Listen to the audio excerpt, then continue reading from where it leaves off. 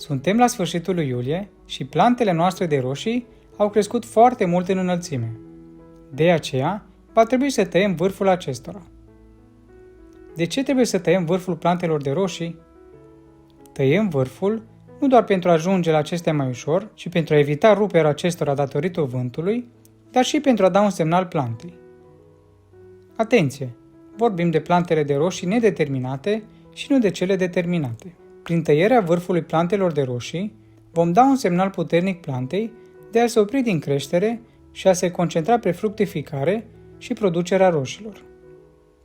Prin această tehnică, vom crește producția de roșii și vom ajuta planta să nu-și irosească nutrienții și energia inutil. Dacă nu vom tăia vârful, acestea vor continua să se dezvolte, să tot producă flori și nu vor avea energia necesară pentru a fructifica.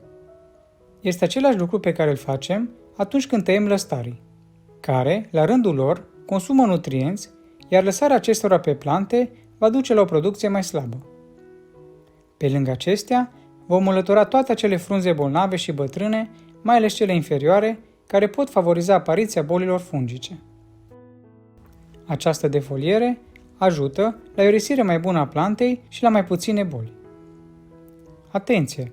Frunzele tăiate să nu le aruncați în compostieră, ci direct la gunoi, deoarece, dacă frunzele sunt bolnave, la anul dacă veți folosi acel compost, veți aduce boli fungice în grădină și veți îmbolnăvi roșiile fără să vă dați seama. Dacă ești interesat, ce alte soluții naturale și tehnici folosesc pentru a avea plante sănătoase și pline de roșii, dă click pe videoclipul următor. Iar dacă v-a plăcut acest videoclip și v-a fost de folos, nu uitați să distribuiți, să vă abonați la canalul nostru de YouTube și să urmăriți pagina noastră de Facebook. Vă mulțumesc!